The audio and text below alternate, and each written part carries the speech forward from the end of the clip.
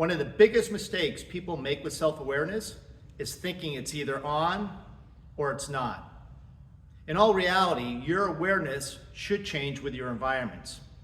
Today on Everyday Self-Awareness, we're not going to only talk about environments, but we're going to talk about the levels of awareness. And by the end of this video, you'll have a much better understanding about how awareness and the levels tie into the different environmental changes. Let's get into it. So today we're going to talk about 3 different environments and 3 different awareness levels.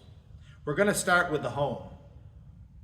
So when I think about the home, this is where I'm at home. Maybe it's late at night, the doors are locked, I just got done dinner, I'm enjoying a cocktail after, the TV's on, my German Shepherd's sitting at the foot of the couch, and I'm very, very comfortable. I'm in a good neighborhood, everything's good. My awareness level, or my self-awareness level, is at a level 1. Now, obviously, I'm in tune with anything that doesn't sound right. Maybe a car pulling into the driveway, maybe a kid screaming out behind the house or something like that. It doesn't necessarily have to be a burglar or somebody trying to break into the house. It could be just things that happen every day. My awareness level is very in tune with that, but I'm much more relaxed and I'm enjoying life at this moment. The next environment we're going to talk about is your hometown. And we're also going to categorize this with our level 2 in self-awareness, okay? So, like I said, everybody's got a hometown, okay? It could be big or small, but generally, if we've been in that town long enough, we've got a very good understanding of the ins and outs of that town. We understand the flow of the traffic. We understand that Mr. Jones might be at the coffee shop on a certain day. We understand when the postman makes his rounds. We understand when the garbage truck comes through. We just have a very good understanding of where things should be in the hometown, and if something looks out of place, it generally will pop out to us, okay? We have the ability to stop and look into the windows and browse around a little bit in little stores. You generally have a comfortable atmosphere where you can talk to somebody that's by your side as you're walking down the street. Obviously, we're keeping an eye on everything, but our awareness or our instincts are a lot more calm here at this point, with a good understanding that we've got to keep our eyes up still at the same time. So this is level 2, and this is where I would categorize level 2 self-awareness, something like your hometown. Okay, the third different environment we're going to talk about today is the big city. Okay, now for some of you, maybe the big city isn't a big deal because that's your hometown. But if you go into a big city that you're not familiar with, especially if it's late evening and there's a lot of traffic and it's getting towards dusk, this is where I definitely bring my last level of self-awareness up to a level 3. Now, I'm not talking about being paranoid here, but I am definitely on a much higher alert.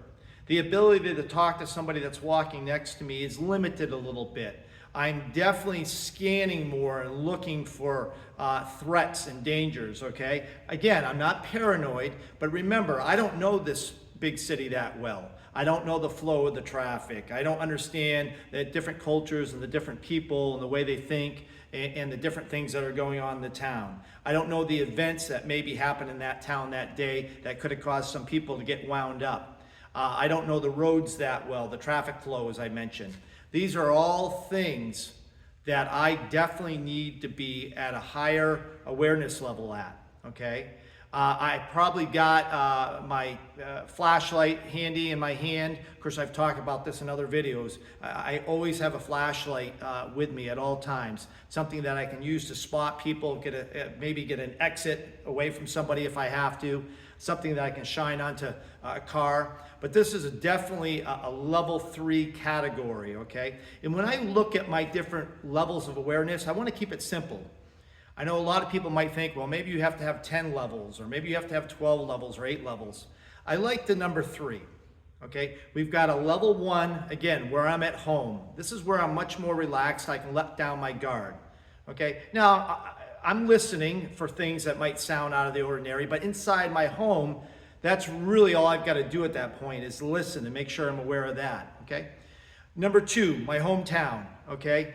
I'm very familiar with a hometown, okay? I can walk through the hometown, be relaxed, talk to people, still keeping an eye on things, okay? I've got to obviously watch out for cars or walking into somebody or something along those lines. But definitely a big city that I'm not familiar with is a great example of a level 3 self-awareness level.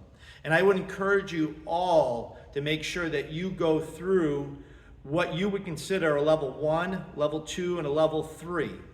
Now remember, again, it's not about being paranoid. It's about adapting and changing with your environments when it's necessary, okay? And that way we can all stay much safer. We can all get home to our loved ones, and the world's that much of a better place. I hope you enjoyed this video today. I look forward to seeing you in the next video. Stay safe out there.